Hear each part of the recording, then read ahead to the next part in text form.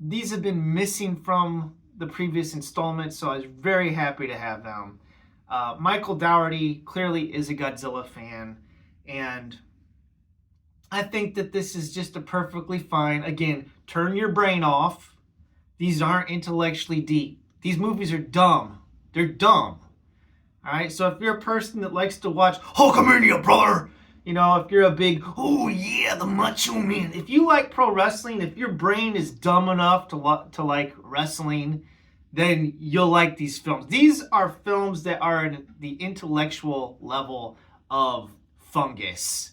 So just turn your brain off and watch it, and you'll have fun. Don't think about it because there's nothing here to think about. These are stupid movies. All right, that's it. Thanks for watching. Have a wonderful day.